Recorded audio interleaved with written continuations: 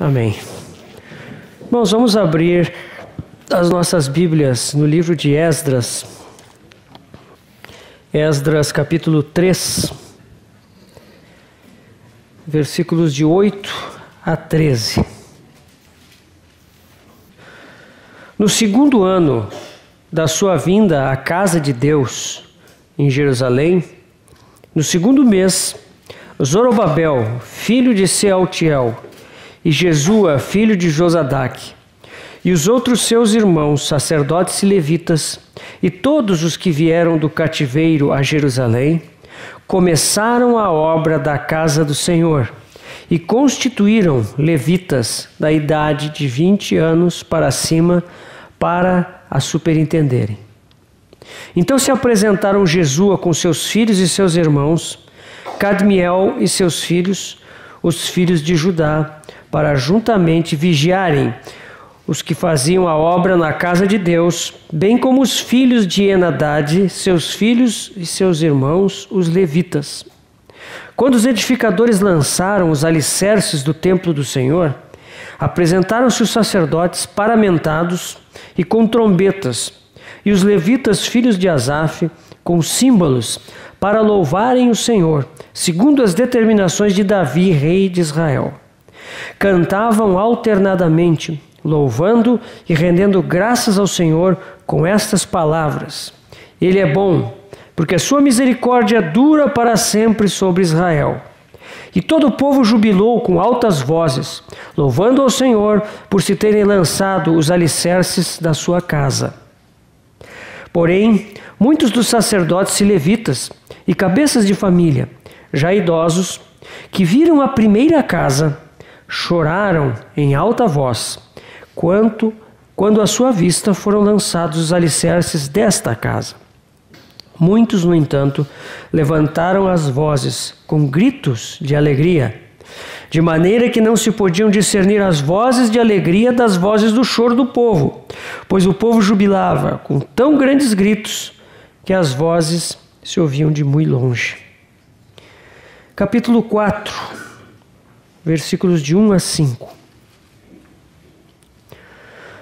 Quando os adversários de Judá e Benjamim, ouvindo os adversários de Judá e Benjamim, que os que voltavam do cativeiro edificavam o templo ao Senhor, Deus de Israel, chegaram-se a Zorobabel e aos cabeças de famílias e lhes disseram: Deixai-nos edificar convosco, porque, como vós, buscaremos o vosso Deus, como também já lhe sacrificamos, desde os dias de Esar-Adom, rei da Síria, que nos fez subir para aqui. Porém, Zorobabel, Jesua e os outros cabeças de famílias lhe responderam: Nada tendes conosco na edificação da casa ao nosso Deus. Nós mesmos sozinhos a edificaremos ao Senhor, Deus de Israel, como nos ordenou Ciro, rei da Pérsia. Então as gentes da terra desanimaram o povo de Judá, inquietando-o no edificar. Alugaram contra eles conselheiros para frustrarem o seu plano todos os dias de Ciro, rei da Pérsia, até o reinado de Dario, rei da Pérsia. Versículo 24 do capítulo 4. Cessou, pois, a obra da casa de Deus, a qual estava em Jerusalém, e isso até o segundo ano do reinado de Dario, rei da Pérsia. Vamos orar. Pai querido, te agradecemos por esse tempo que tu nos concedes aqui.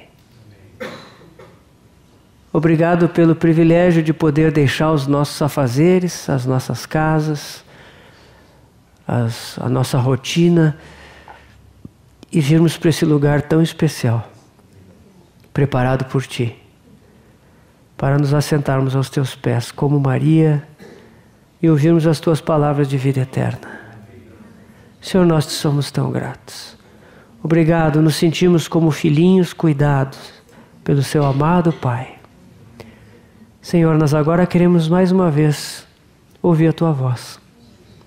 E pedimos a tua graça, tua misericórdia, para que tu sopres sobre a tua palavra e ela se torne viva e venha fazer a tua obra nos nossos corações. Não só a obra individual nas nossas vidas, mas vem transformar as nossas famílias, vem transformar a tua igreja, edificando a tua igreja, Senhor, através de nós como pedras vivas transformadas por ti. Senhor, nos encomendamos nessa manhã as tuas mãos, confiando na unção do teu Espírito Santo sobre quem fala, sobre quem ouve. Que a tua palavra não volte para ti vazia, mas ela volte glorificando o teu santo nome, Senhor. Em nome de Jesus nós oramos. Amém.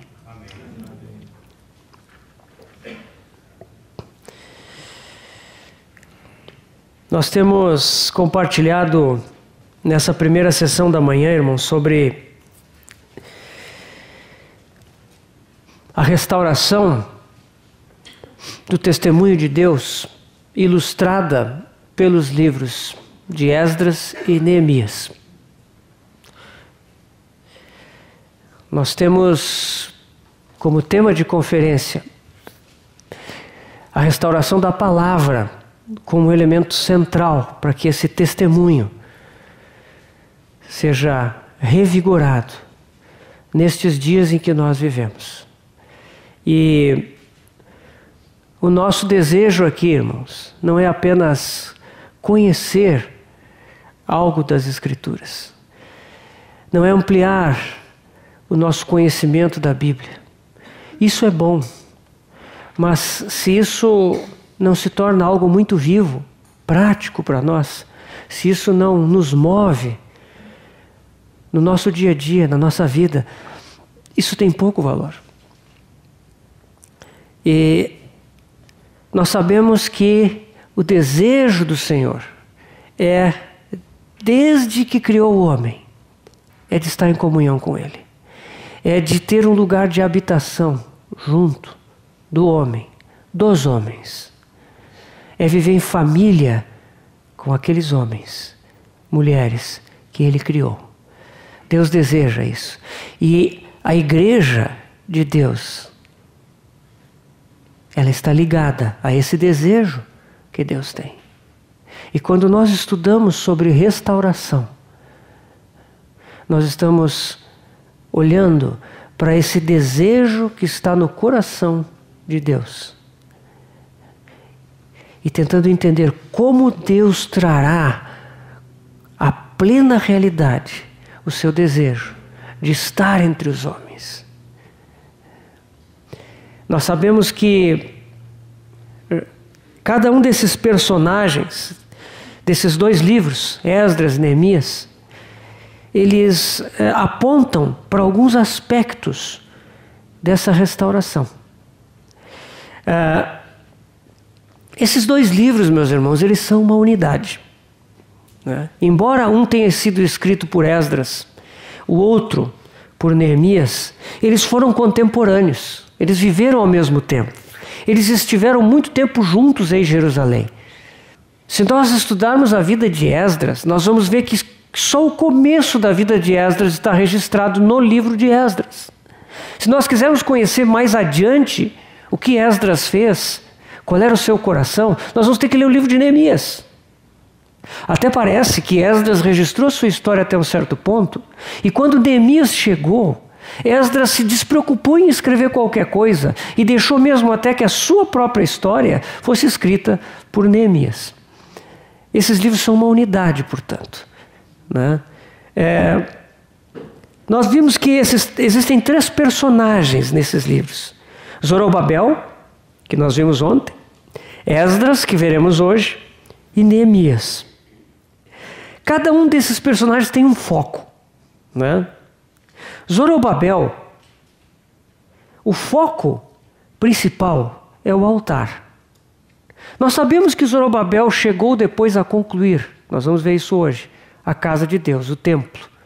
Mas o foco, a primeira coisa que Zorobabel se ocupou ao chegar à terra foi o altar. E nós vimos ontem por que o altar é tão importante. O altar fala de sacrifício. E sacrifício é o primeiro item em relação ao testemunho de Deus. Onde há o testemunho de Deus precisa haver sacrifício. Nós falamos do povo de Israel no exílio. Eles estavam na Babilônia. E na Babilônia eles tinham a sinagoga, para que eles não esquecessem do seu Deus, para que eles não esquecessem do propósito de Deus, do chamamento de Deus. Mas a sinagoga não poderia ser um fim. Por quê? Porque embora houvessem muitas coisas boas na sinagoga, comunhão, adoração, louvor, palavra de Deus, encorajamento, apesar de tudo isso, na sinagoga não haviam sacrifícios. Não se podia oferecer sacrifícios. E o sacrifício de sangue, ele trata do nosso relacionamento com Deus. Sem derramamento de sangue não há remissão. Sem o sacrifício, o nosso relacionamento com Deus está prejudicado, está impedido. E por causa disso, a sinagoga nunca pode ser um fim. E por causa disso, aquele remanescente, logo que chegou, edificou o altar. E ali foram oferecidos sacrifícios. Todos aqueles sacrifícios previstos na lei, que deveriam marcar a vida do povo de Israel, passaram a ser oferecidos. E nós sabemos que esses sacrifícios apontam para a obra consumada do nosso Senhor Jesus Cristo. E nós vimos ontem que estes sacrifícios, eles têm relação com o nosso pecado, com o perdão dos nossos pecados, com a reconciliação que devemos ter com Deus. E tudo isso foi provido pelo nosso Senhor Jesus. Não podemos viver apartados do sacrifício. Não podemos viver sem a memória constante, contínua daquela cruz, aonde o nosso Senhor, uma vez para sempre, pagou o preço de todos os nossos pecados. Onde aquele sangue foi derramado, e por meio deste sangue nós podemos cada dia, cada manhã, cada momento nos achegarmos ao nosso Senhor, nos aproximarmos dele, sermos perdoados de todos os nossos pecados, sermos purificados, para que possamos viver em comunhão com ele. Que precioso esse sangue. Vimos também que essas ofertas todas que eram oferecidas no altar eram relacionadas em parte com o nosso pecado. Nós vemos lá em Números 28, 29, que havia os bodes que eram oferecidos como oferta pelo pecado. Em várias situações, em várias daquelas festividades, sempre havia lá os bodes. Mas a grande maioria daqueles sacrifícios oferecidos continuamente eram holocaustos. Eram sacrifícios que não têm nada a ver com o pecado. Eram ofertas de aroma suave, que tipificam outra coisa que é oferecida no altar. Não somente Cristo, aquele que nos justifica pela remissão dos pecados, mas também e principalmente Cristo, aquele que satisfaz plenamente o Pai. Aquele cuja vida é tão perfeita, tão obediente, tão bela, que quando oferecido no altar, aquela vida consumida, ela se torna um aroma suave, que agrada ao coração de Deus. Por isso nós não podemos viver sem o sacrifício. Meus irmãos, quando nós nos reunimos em torno do pão, em torno do cálice, lembrando da morte e da ressurreição do Senhor, nós precisamos sim adorar o Senhor, porque nós somos perdoados, aceitos diante dele. Mas também não podemos esquecer quão glorioso é que por causa do sacrifício do Senhor nós podemos agradar ao Pai. porque ele agradou o Pai, porque ele satisfez o Pai. Este é o meu Filho amado, em quem me comprazo. Por causa disso, nós podemos nele agradar o Pai. Isso é maravilhoso. Nós podemos ser o bom perfume de Cristo. Esse é o altar. E a igreja de Deus precisa retornar ao altar, a uma vida em torno do altar de sacrifício. Aquele sacrifício que foi consumado pelo nosso Senhor. Mas não basta isso.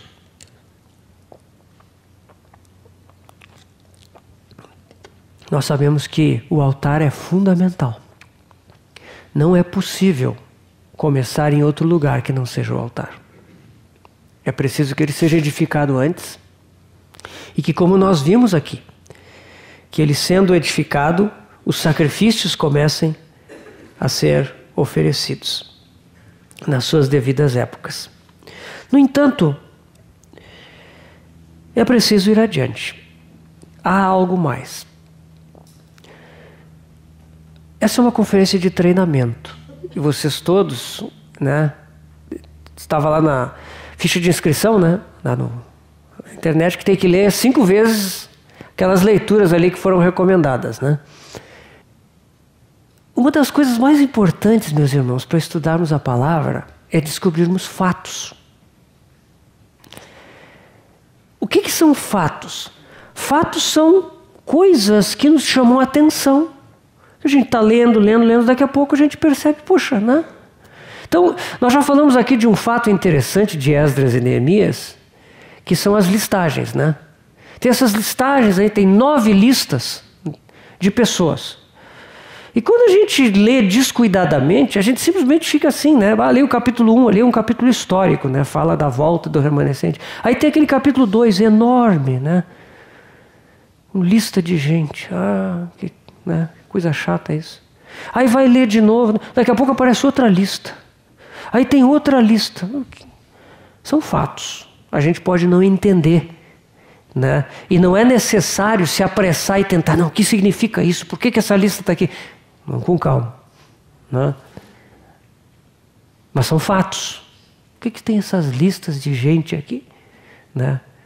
O Senhor está registrando nomes, pessoas, famílias. O Senhor está registrando. Aos olhos dele, isso é importante. Basta sabermos isso.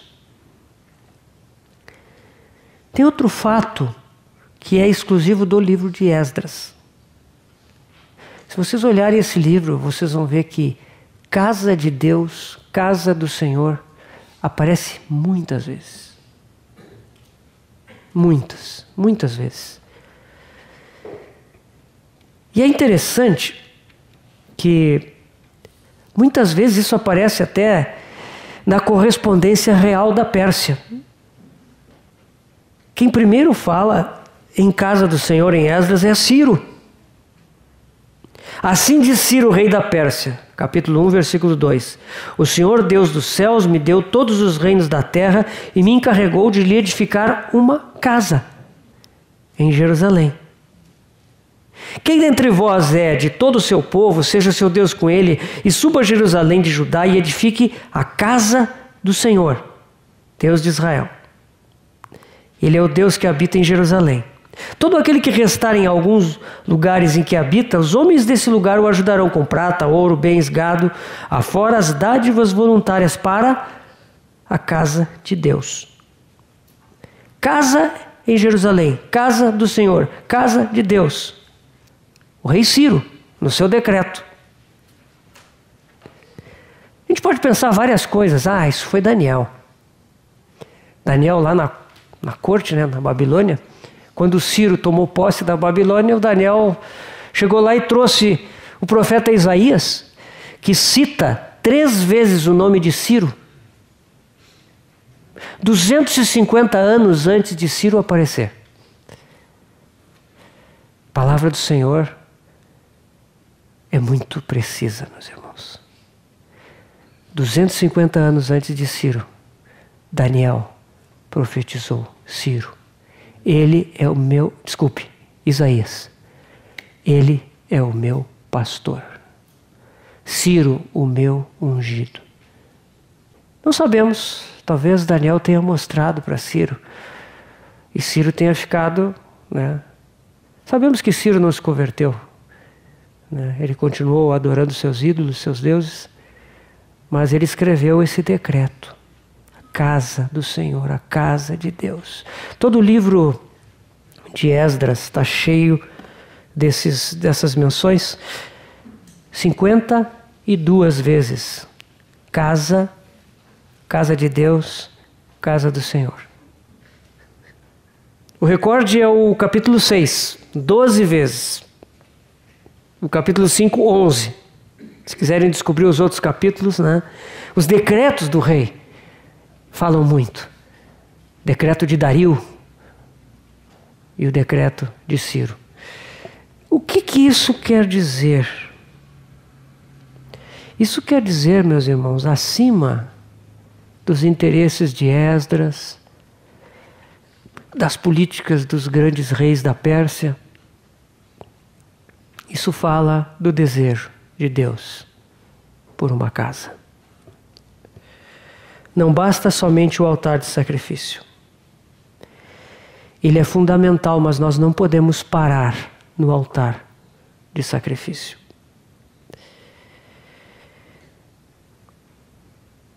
Deus deseja um lugar para a sua habitação. E esse lugar é a sua casa. Deus quer que a sua casa seja construída, porque Ele quer nos convidar para dentro da sua casa. Vocês sabem que eu sou arquiteto. E é interessante que lá no Jardim do Éden não tem casa. No Jardim do Éden, a profissão de arquiteto não existiria. Por quê? Porque o Éden é um lugar perfeito. Não precisa casa. Vocês nunca ouviram falar da casa de Adão, né? Quando a Eva veio para o Adão não precisou providenciar, né? Uma casa. Não. O Éden é um lugar perfeito. Não precisa casa. Não tem nada lá que tempestade, chuvarada. O Éden é um lugar perfeito. Mas quando o homem caiu e esse universo caiu debaixo do pecado, a casa se tornou necessária. A casa é um lugar de refúgio. Todos nós, né? Se a gente estuda, se a gente trabalha, a gente passa o dia fora, mas a gente tem vontade de voltar para casa, né?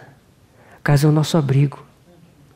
A casa é o lugar de refúgio, onde estão os nossos queridos, as nossas coisas, onde está aquela poltroninha que eu gosto de me sentar, aquela mesa onde eu faço as minhas refeições, a cama onde eu descanso, onde eu encontro o meu refúgio. A gente sai de casa, né? Mas a gente fica com vontade de voltar. Na nossa casa nós temos os nossos móveis, que são necessários para a nossa vida prática, né? Mas nós também temos lá aquelas coisas de ornamentação, de decoração, de estilo, que dizem respeito a nós mesmos. A nossa casa, ela expressa um pouco do que nós somos. Tem gente que é mais simples, né? A casa é mais, né? Tem pessoas que são um pouco mais sofisticadas, né? Então a gente chega numa casa assim, a gente meio que percebe, né, o estilo de vida da pessoa. Deus tem uma casa. Deus quer que uma casa seja construída. Como é a casa de Deus? Deus tem o seu mobiliário na sua casa. E Ele ordenou a Moisés que aqueles móveis fossem colocados lá. A casa de Deus tanto o tabernáculo como o templo, ela tem o altar que está do lado de fora, né? E nós já vimos ali, tudo começa. A obra consumada do Senhor Jesus. Mas existe uma parte que é um lugar fechado, abrigado. O tabernáculo ou o templo. Lá dentro tem 2 lugares. A casa de Deus tem 2 compartimentos.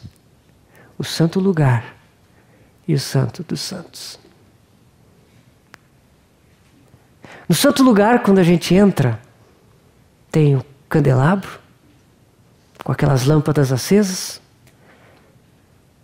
Do outro lado, né, o lado direito, tem a mesa de ouro com os pães da proposição. E na frente, tem a cortina que separa aqueles 2 compartimentos, o santo lugar do santo dos santos, aquela cortina. E na frente dela tem o altar de incenso, também de ouro. Quando se passa aquela cortina, se chega ao santo dos santos. Lá nós encontramos a arca da aliança. E sobre essa arca, o propiciatório, a tampa da arca. Dentro da arca, o maná, a vara de Arão e a lei de Deus. Tem outros detalhes de materiais, de cores, de revestimentos. Não vamos entrar nisso tudo, mas essa é a casa de Deus.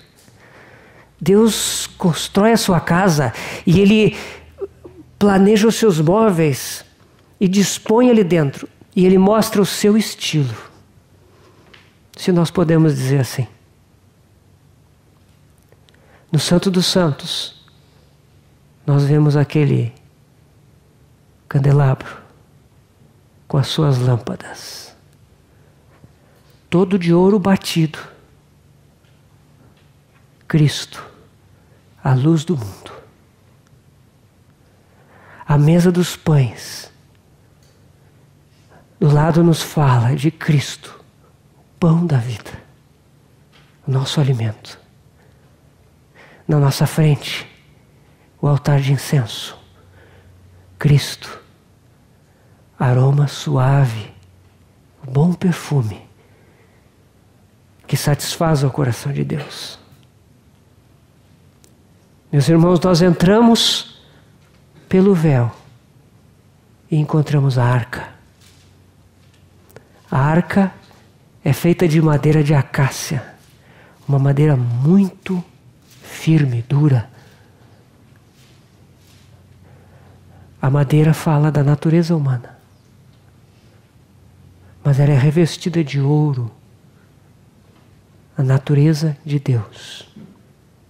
A arca nos fala de Cristo encarnado, o Deus que se fez carne por amor de nós. Dentro da arca, o maná, o nosso alimento, que jamais nos falta. A vara de Arão que floresceu, Cristo, ressurreição e vida.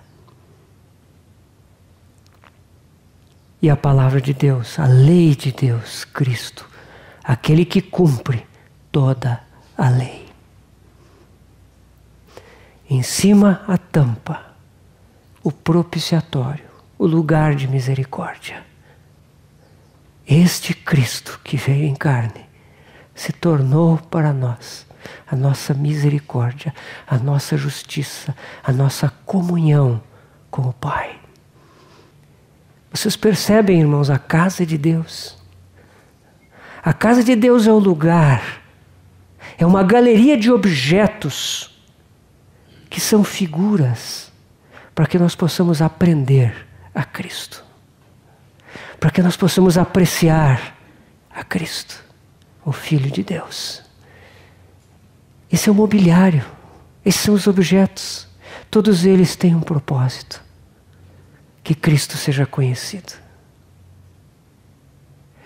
A casa de Deus não é uma casa vazia. A casa de Deus é o lugar onde os sacerdotes estão diariamente ocupados. Eles colocam azeite no candelabro Eles mantêm as luzes acesas.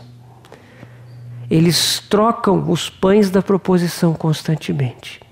Eles oferecem incenso sobre o altar de incenso. E uma vez por ano, no dia da expiação, no Yom Kippur, eles entram no Santo dos Santos com sangue e com incenso para oferecer a Deus. Os sacerdotes estão ali, ao redor daquelas figuras que nos falam dos muitos aspectos, dos infinitos aspectos de Cristo. E essa casa é um tipo da igreja. Meus irmãos, a igreja deve ter o altar do sacrifício, mas a igreja também deve ter a casa. É na casa que Cristo vai ser conhecido, que Cristo vai ser experimentado, que Cristo vai crescer em nós. E nós, como sacerdotes, devemos viver dentro da casa de Deus, conhecendo a Cristo, servindo a Cristo, andando no meio daqueles que estão andando com Cristo. Por isso é que nós não podemos parar no altar. A casa precisa ser edificada. Esse é um grande privilégio, e nós vemos aqui em Esdras que eles, com alegria, começam a construção dessa casa. Júbilo, cânticos. Eles vão edificar a casa do Senhor. Os velhos estavam ali, os que haviam voltado do exílio e que conheciam o templo anterior, o templo de Salomão. Eles choravam, porque os fundamentos estavam sendo lançados. Aquilo era uma obra muito grande. Certamente aquela obra não alcançaria a glória que alcançou nos dias de Salomão. E eles choravam pela lembrança do passado glorioso. Mas graças a Deus havia muitos jovens ali também. Aqueles jovens não tinham visto a casa anterior, mas eles queriam a casa de Deus. E eles jubilavam de alegria. Então havia aquela mistura de choro e de alegria. O povo de Deus iniciou a construção da casa de Deus em Jerusalém. Deus haveria de ter novamente a sua casa entre os homens. Que maravilha, irmãos. Meus irmãos, que o Senhor possa mover os nossos corações. Hoje nós vivemos essa mesma situação. Aqui são figuras, mas como a igreja hoje precisa voltar para Jerusalém, para edificar essa casa, para que seja edificado um lugar onde somente Cristo é glorificado, manifestado, conhecido. Não somente Cristo nos objetos, nas atividades, nos cânticos, nas pregações. Cristo nas pessoas. Cristo nos sacerdotes. Por isso Esdras tem esse foco no sacerdócio. Ele mesmo é um sacerdote. E o seu foco é o sacerdócio como meio de embelezar a igreja de Deus. Que o Senhor possa nos levar para Jerusalém nesse sentido, irmãos. Isso é algo muito glorioso. No entanto, logo em seguida, no capítulo 4, nós vemos que algo acontece. Surge a palavra adversários. Aparecem os adversários. Antes de nós entrarmos nesse capítulo, eu só gostaria de ajudar irmãos que porventura não saibam isso, talvez a maioria deve saber. Mas esse capítulo aqui, se vocês pegarem do versículo 6 até o versículo 23, o versículo 6 até o 23 foi uma parte que Esdras inseriu relacionada a eventos futuros. Certo? Esdras aqui quer mostrar que todo o tempo em que esses remanescentes esteve ali, até o dia em que ele mesmo veio, todo esse tempo houve oposição à casa de Deus. Então ele vai contar coisas que não são só desse momento histórico que está aqui, o tempo de Zorobabel e dos primeiros remanescentes. Então aqui vocês vão ver menção ao rei Assuero e ao rei Artaxerxes. Esses dois reis persas são muito posteriores. Somente nos dias de Esdras e Neemias é que nós vamos ter Artaxerxes. Um pouco antes disso vem Assuero. Assuero é o rei no tempo do livro de Esther. Tá? Então, só para nós não confundirmos, essas coisas que acontecem aqui, que são descritas, elas são eventos posteriores. Então, o que nos importa para entender o que aconteceu com Zorobabel e os seus companheiros é somente 4, de 1 a 5, e o último versículo, 24. Tá? Esses são os eventos da época de Zorobabel. Tá? Então, eu só faço essa ressalva para os irmãos entenderem assim, como é que se desenrola essa história aqui. Tá? A casa teve as suas obras interrompidas. Meus irmãos, se você abandonar as suas conveniências, se você deixar de andar centrado em si mesmo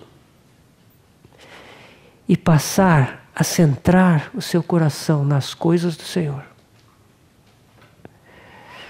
se você tomar a decisão de deixar a Babilônia, de deixar a sua prosperidade ou conveniência material, de deixar as sinagogas e caminhar para Jerusalém, sem dúvida que o Senhor vai te abençoar. Esse é um caminho glorioso. Mas por outro lado, é um caminho de oposição. Se você voltar para Jerusalém, meu irmão, minha irmã, você vai descobrir que o adversário de Deus está pronto. Porque ele odeia a casa de Deus. Ele quer destruir a casa de Deus. E ele se lança com fúria. Como diz Lutero naquele hino Castelo Forte, com fúria pertinaz, persegue Satanás. Lutero sentiu isso. Ele sentiu que não era o Papa e a Igreja Católica em primeiro lugar que o perseguiam, mas o próprio inimigo de Deus. Satanás odeia a casa de Deus. Meus irmãos, Satanás não está preocupado com as sinagogas. Não está preocupado com a religião desse mundo. Mas quando ele vê os sacrifícios restaurados e quando ele vê os fundamentos da casa lançados, ele se levanta. E nós lemos aqui. Primeiro, ele tenta se infiltrar. A primeira estratégia do inimigo é infiltrar-se no meio do povo de Deus. Deixai-nos edificar convosco. Muitas vezes nós notamos isso na nossa própria comunhão. Aqueles que têm um espírito que não é o espírito de Cristo e que querem se tornar parte daquilo que nós estamos edificando. E quando, por alguma razão, estes entram na comunhão, nós sabemos que a corrupção logo vai começar. O inimigo quer primeiramente se infiltrar. Se ele não consegue se infiltrar, como aconteceu aqui, Zorobabel o sumo sacerdote Josué e os chefes de família de Judá repeliram. Não, vocês não vão edificar conosco. Quando isso acontece, e ele não pode infiltrar-se no nosso meio, ele vai atacar por fora. E aí vão surgir intrigas, difamações, manobras, inquietações de toda sorte para desanimar aqueles que querem construir a casa de Deus. Há um adversário. Eles ficaram 15 anos parados. Por 15 anos, a casa de Deus ficou do jeito que estava antes. Claro, eles continuaram oferecendo sacrifícios. Os sacrifícios continuaram sendo oferecidos. Mas eles não foram adiante. E por 15 anos, o programa de Deus ficou em suspenso. A vontade de Deus, o propósito de Deus, não alcançou a sua realização. Por que eles pararam, irmãos? Será que a oposição explica tudo? Sim, sem dúvida que houve oposição. Sem dúvida que houveram intrigas, mentiras. Muitas vezes nós vemos na igreja isso, né? Ciúmes, divisões. O inimigo tenta nos amedrontar. O inimigo tenta nos distrair, nos envolver com outras coisas. O inimigo tenta colocar sentimentos de divisão, de oposição, de uns para com os outros. Mas será que essa oposição foi o real motivo deles pararem? Aqui diz, no capítulo 5 de Esdras, que os profetas Ageu e Zacarias, filho de Ido, profetizaram aos judeus que estavam em Judá e Jerusalém, em nome do Deus de Israel, cujo Espírito estava com eles. E aqui nós temos que sair um pouquinho de Esdras e Neemias e ir até o livro de Ageu e entender o que aconteceu com aqueles que estavam edificando. Ageu capítulo 1, versículos de 1 a 8. Acharam Ageu? Ageu lá, quase em Mateus lá. Zacarias, depois Malaquias. No 2º ano de Dario, no 6º mês, no 1º dia do mês, veio a palavra do Senhor por intermédio do profeta Ageu, a Zorobabel, filho de Salatiel, governador de Judá, e a Josué, filho de Josadaque, sumo sacerdote, dizendo: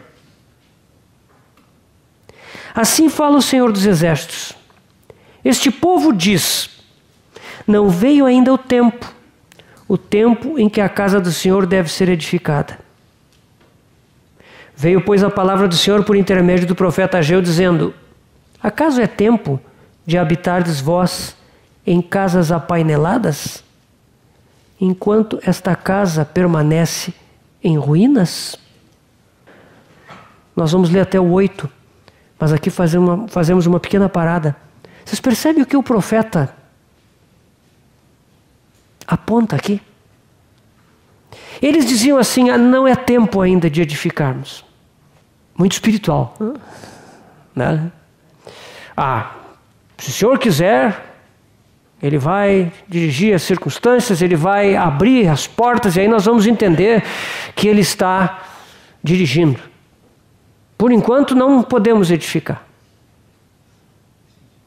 Mas eles não perderam a energia para edificar.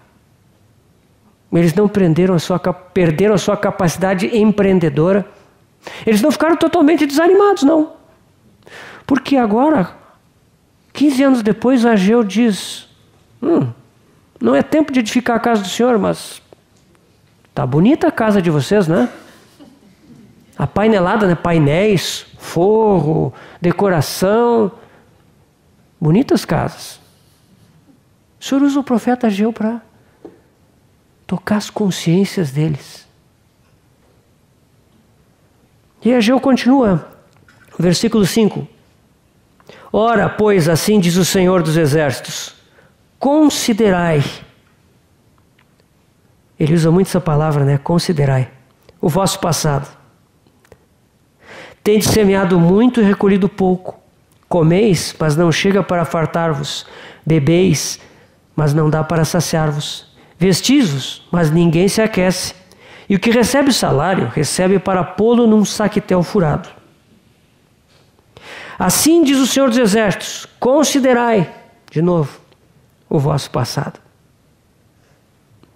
Subi ao monte, trazei madeira, e edificai a casa.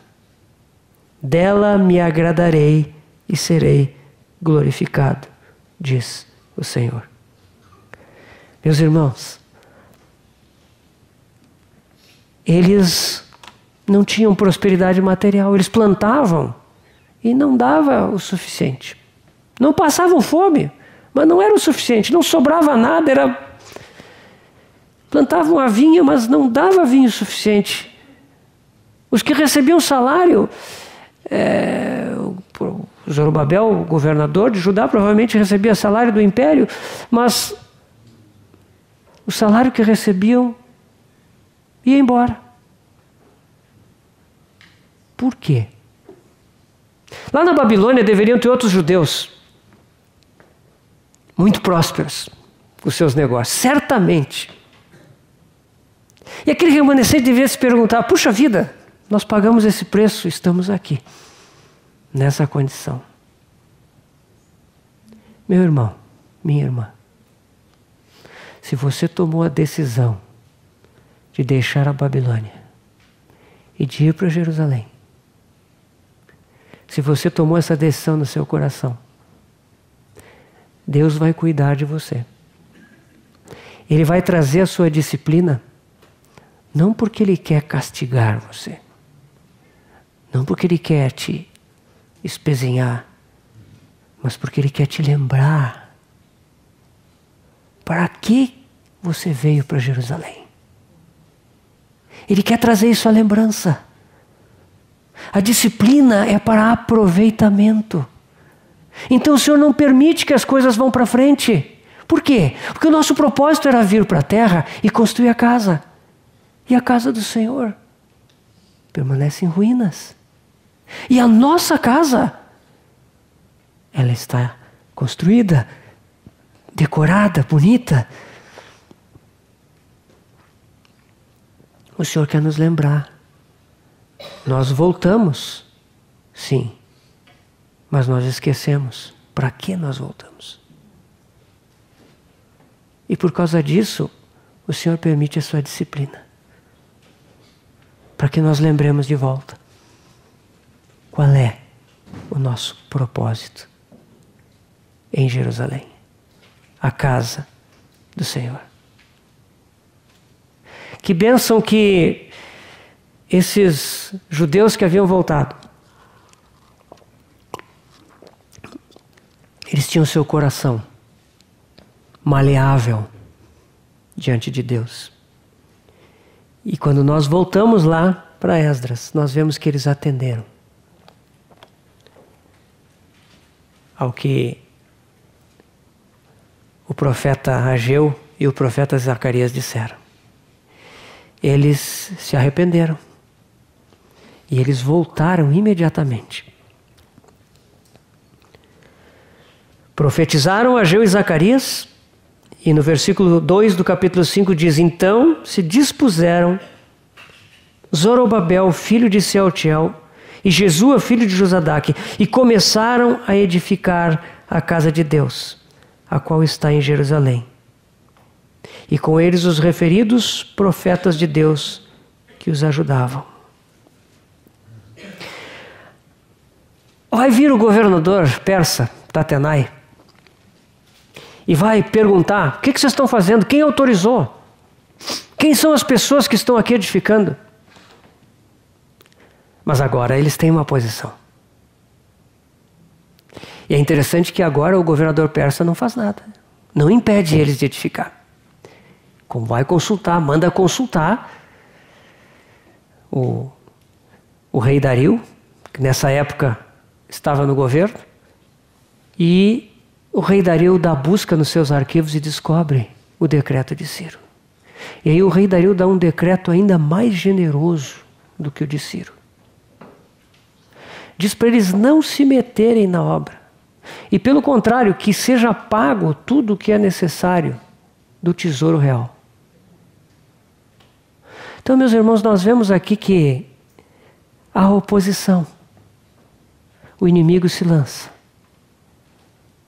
Mas se nós formos conferir mesmo, se nós colocamos nossos olhos no Senhor, nós descobrimos que Ele venceu. Ele venceu toda a oposição. Não há necessidade de parar com a edificação da casa.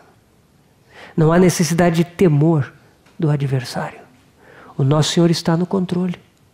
O nosso Senhor controla, inclusive, os reis deste mundo. Ele tem todos na sua mão. E Ele zela pelo seu propósito. E por causa disso, então, a casa é concluída. A casa é terminada. Essa parte termina com esses 2 profetas. Deus levantou 2 profetas. E esses profetas trouxeram o remanescente de volta. Se vocês lerem aqui, diz aqui, né, que em Ageu 1,14 diz assim, ó: o Senhor despertou o espírito de Zorobabel, filho de Salatiel, governador de Judá, e o espírito de Josué, filho de Josadaque, o sumo sacerdote, e o espírito do resto do povo. Eles vieram e se puseram ao trabalho na casa do Senhor dos Exércitos, seu Deus. Irmãos, de novo, o Espírito de Deus, ele desperta o nosso espírito. E às vezes é assim conosco, nós estamos adormecidos, envolvidos conosco mesmos, afundados em situações, conosco mesmo, com a nossa família, com nossos irmãos. E nós entramos numa espiral e nós não conseguimos sair. E aí vem o ministério profético para nos despertar. O ministério profético de Ageu e Zacarias, Mário deverá entrar nisso, tem 2 lados. Ageu, ele trata com o presente. Ele trata com a nossa consciência. Nós precisamos do ministério profético. Nós precisamos que a palavra de Deus venha de uma forma viva, através dos seus servos, para tocar a nossa consciência. Para dizer onde nós erramos, onde nós temos pecado, onde nós estamos falhando. E é preciso, meus irmãos, que nós tenhamos abertura, que nós tenhamos um coração disponível para ouvir, para sermos reprovados e para voltar para o Senhor. Esse caminho sempre tem um retorno. Leia Ageu. 2 vezes Ageu diz ao remanescente: eu estou convosco, diz o Senhor. Meus irmãos, mesmo que nós tenhamos errado, mesmo que nós tenhamos falhado, o Senhor fala conosco. O Senhor mostra onde a gente errou. Mas Ele vem dizer: eu estou convosco. O que mais nós precisamos? Quando Ele mesmo diz: eu estou convosco. Ele manda, Ageu diz para reconstruir aquela casa. E ele fala que um dia virá o desejo das nações. Um dia o Messias virá e entrará na casa de Deus. Que ânimo, que estímulo para nós construirmos a casa de Deus. Um dia o Messias virá. Esse é o ministério de Ageu, presente, consciência. Fala conosco hoje. Olha para a nossa situação atual. e vai nos trazer de volta, vai nos corrigir. O outro ministério é Zacarias. Zacarias fala do futuro. Zacarias fala do que virá. Meus irmãos, e o ministério profético, ele precisa nos dar uma perspectiva. A nossa perspectiva não é viver cada dia aqui, não é sobreviver, não é satisfazer as nossas necessidades. Nós temos uma perspectiva muito maior. Deus tem um programa. Deus está levando todas as coisas numa direção. Tudo está convergindo em Cristo Jesus. O reino de Deus, no qual Cristo reina, está sendo preparado e breve há de vir. Zacarias nos chama a atenção para isso. Vivamos nessa perspectiva. Sejamos emancipados das coisas temporais, das coisas que nos cercam, das coisas pequenas. O Senhor suprirá tudo, mas que os nossos olhos sejam levados a ver segundo a perspectiva de Deus, do seu programa eterno que está em andamento hoje. Por isso precisamos de Ageu e precisamos também de Zacarias. Esdras aparece no capítulo 7 do seu próprio livro. Até ali ele contou a história do remanescente antes dele. Ele chega em Jerusalém 78 anos depois de Zorobabel.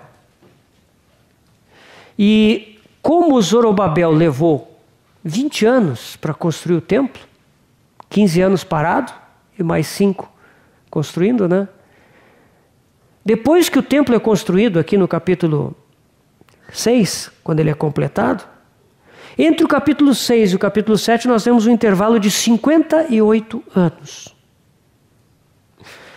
Certamente, Zorobabel, Josué e seus contemporâneos já estavam com o Senhor, já havia outra geração, quando Esdras retorna, quando Esdras vem para Jerusalém da Babilônia, trazendo outro grupo de judeus para habitar a terra.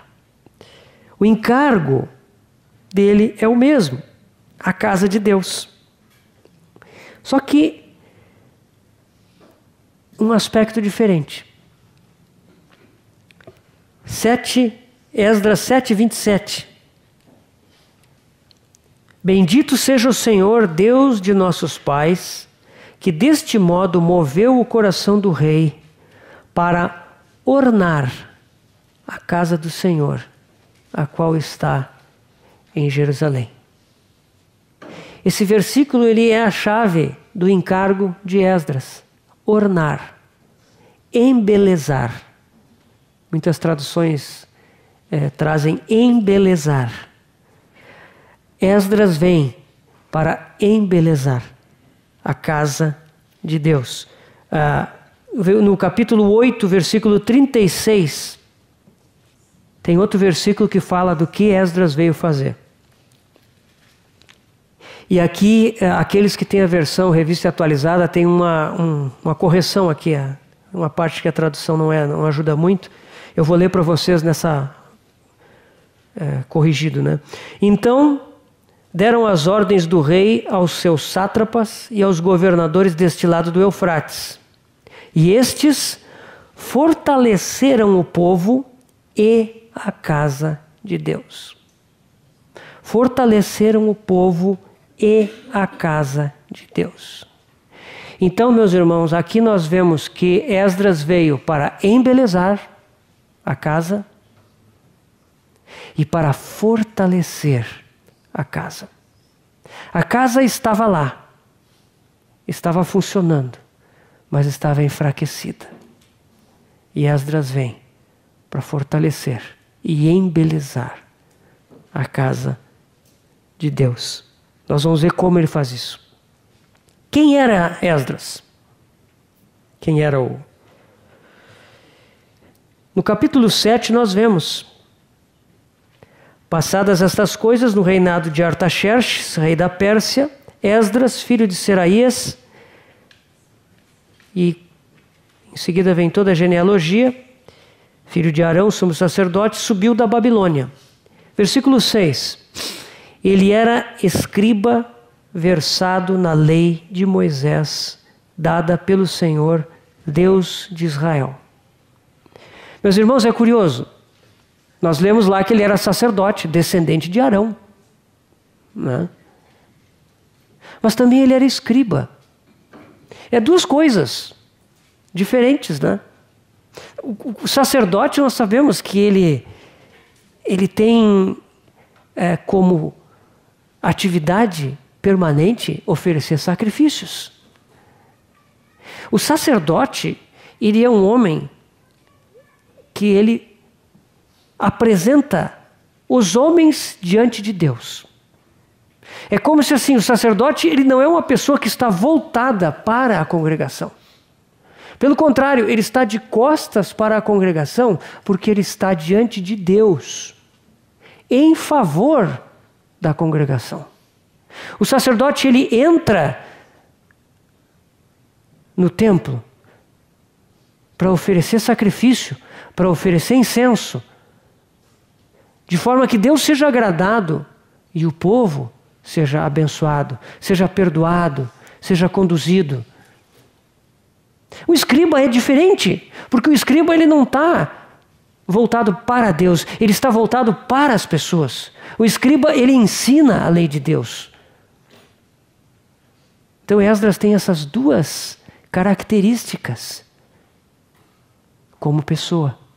Ele é o homem da comunhão com Deus e ele também é o homem da palavra. Versículo 10.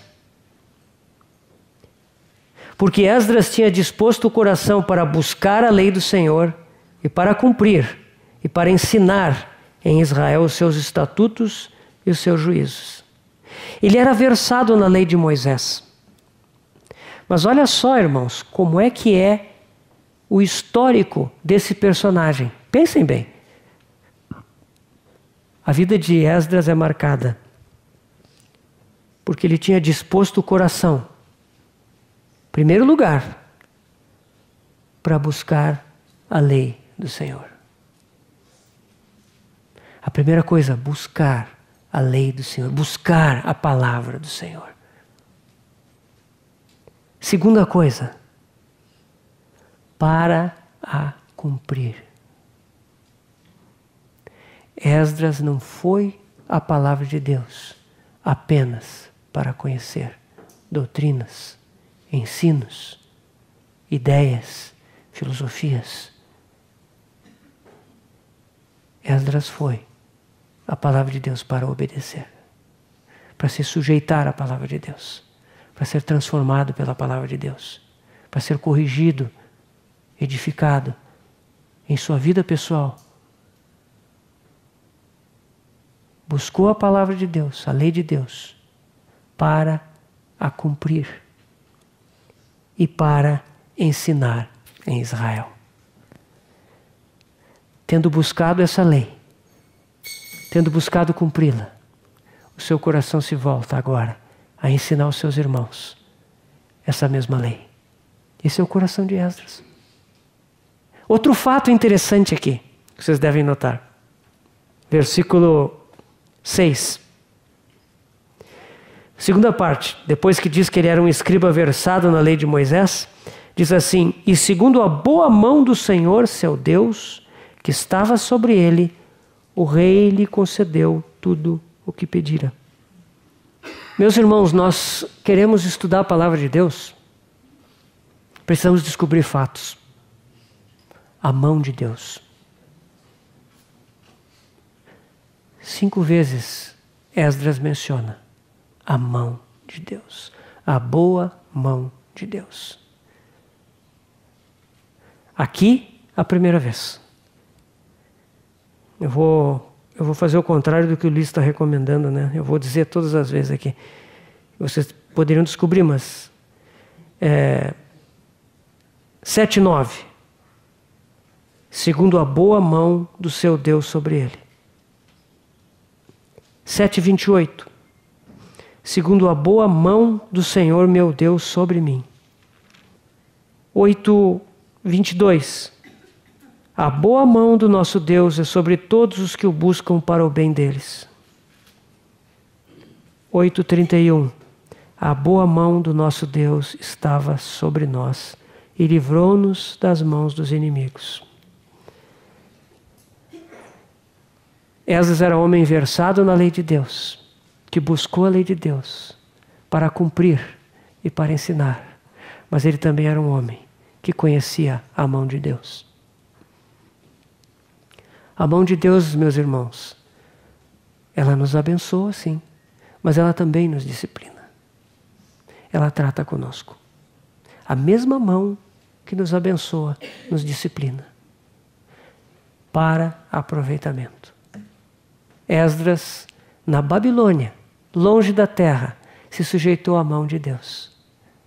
Foi treinado por Deus, foi disciplinado, foi instruído.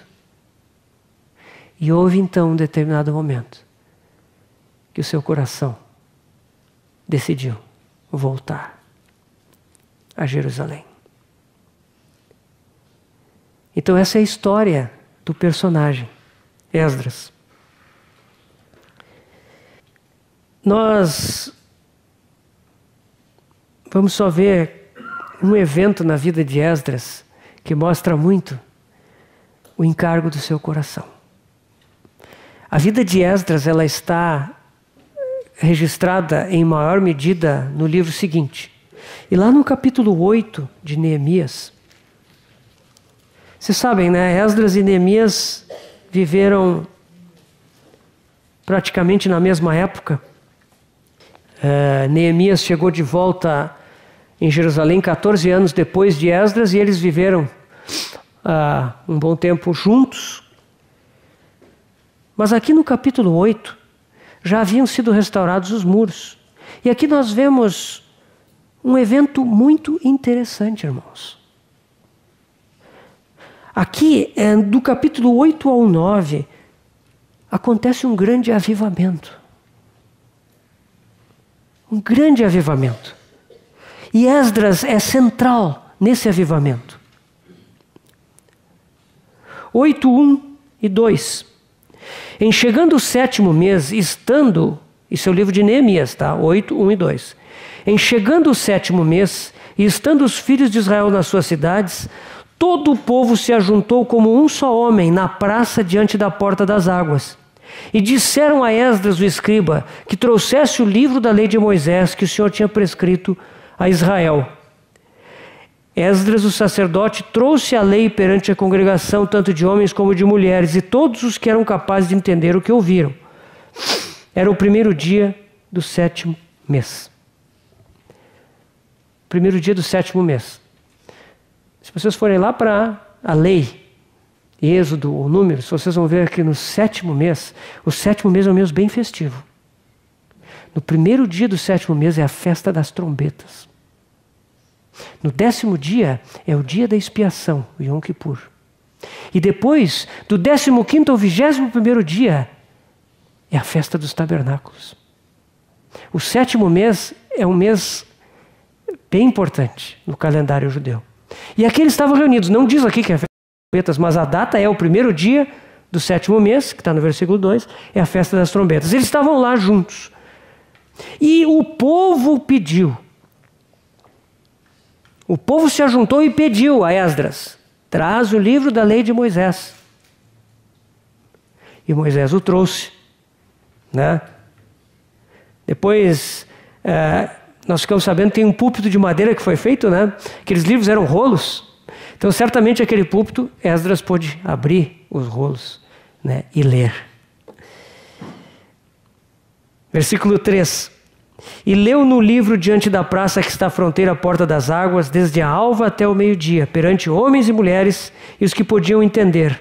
E todo o povo tinha os ouvidos atentos ao livro da lei. Esdras, o escriba, estava num púlpito de madeira que fizeram para aquele fim. Versículo 5. Então Esdras abriu o livro à vista de todo o povo, porque estava acima dele. Abrindo, todo o povo se pôs de pé. Esdras bendisse ao Senhor, o grande Deus, e todo o povo respondeu amém, amém. E levantando as mãos, inclinaram-se e adoraram o Senhor com o rosto em terra. Meus irmãos, aqui existe. Eles leram o livro desde a alva até o meio-dia. 6 da manhã até o meio-dia. Lá embaixo fala, versículo 7, descendo, no texto, que os levitas e os sacerdotes ensinavam o povo da lei e o povo estava no seu lugar. Leram o livro da lei de Deus claramente, dando explicações de maneira que entendessem o que se lia. Meus irmãos, 6 horas, o povo todo na praça, a palavra de Deus sendo lida e sendo explicada. Isso é um grande avivamento. Versículo 9, parte final. Todo o povo chorava ouvindo as palavras da lei. Meus irmãos, não era apenas instrução. Não era apenas um estudo bíblico. A palavra de Deus, lida, ensinada, explicada, alcançou os corações. E o povo chorava ouvindo as palavras da lei. No dia seguinte, versículo 13, já não era mais a festa das trombetas. Esse é o segundo dia do mês sétimo. Ajuntaram-se Esdras, o escriba, os cabeças de família, de todo o povo e os sacerdotes e levitas. Isto para quê? Para atentarem nas palavras da lei. E ali eles perceberam que a festa dos tabernáculos estava próxima. E já fizeram toda aquela convocação. E quando chegou o dia da festa, de novo, eles trouxeram ramos, galhos, fizeram cabanas. E durante aquela festa, versículo 18, dia após dia, leu Esdras no livro da lei de Deus, desde o primeiro dia até o último, e celebraram a festa por 7 dias. No 8º dia houve uma assembleia solene, segundo o prescrito. Isso não diz lá na lei. Leia lá em Êxodo, leia lá em Números, o que fala da festa dos tabernáculos. Não diz que é para ler a lei de Deus, que é para... Aqui nós vemos a restauração da palavra. A restauração da centralidade da palavra na vida dos filhos de Deus, do povo de Deus. Todos os dias da festa. No dia 24, capítulo 9, no dia 24 deste mês, se ajuntaram os filhos de Israel com jejum e pano de saco, e traziam terra sobre si. Os da linhagem de Israel se apartaram de todos os estranhos, puseram-se em pé e fizeram confissão dos seus pecados e da iniquidade de seus pais. Levantando-se no seu lugar, leram no livro da lei do Senhor, seu Deus. De novo. Uma quarta parte do dia, em outra quarta parte dele, fizeram confissão e adoraram o Senhor, seu Deus. Meus irmãos, isso é um avivamento. Isso é um despertamento, cujo centro é a palavra de Deus. Nós não ouvimos de muitos avivamentos na história da igreja que tenham tido esse centro. Mas aqui há um verdadeiro avivamento. A palavra de Deus. A palavra de Deus com impacto sobre a vida das pessoas. Meus irmãos, concluindo. Essa é a casa de Deus. Esdras veio embelezar a casa de Deus. A casa de Deus é embelezada pelo sacerdócio. A igreja de Deus é composta de sacerdotes. Na antiga aliança, nós tínhamos uma classe de sacerdotes. Apenas os filhos de Levi, descendentes de Arão. Somente aquela classe de pessoas podia exercer o sacerdócio. Mas o nosso irmão Pedro, ele diz que nós somos nação santa, sacerdócio real, para proclamarmos a virtude daquele que nos chamou. João, lá em Apocalipse capítulo 1, diz: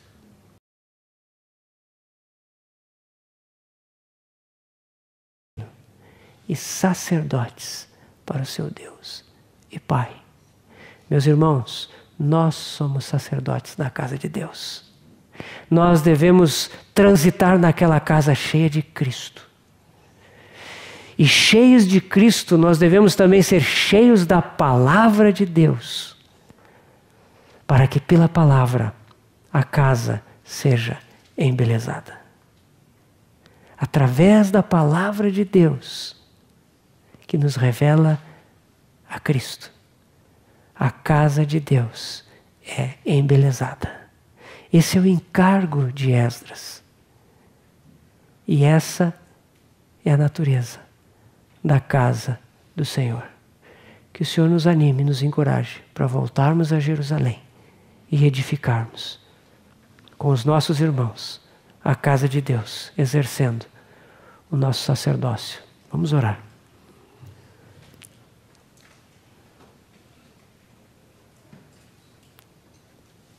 Senhor, nós queremos te pedir que isso não seja para nós apenas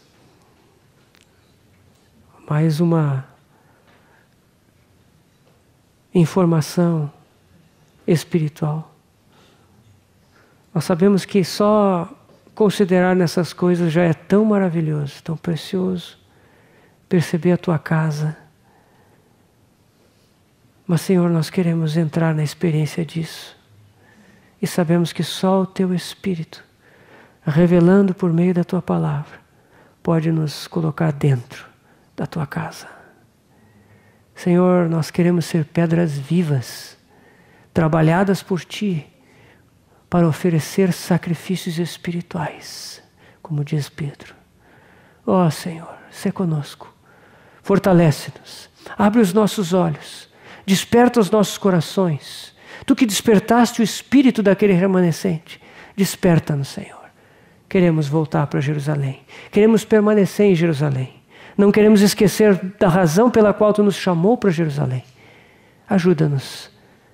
Nós te pedimos, em nome, ó Pai, do Teu Filho amado, nosso Senhor Jesus Cristo.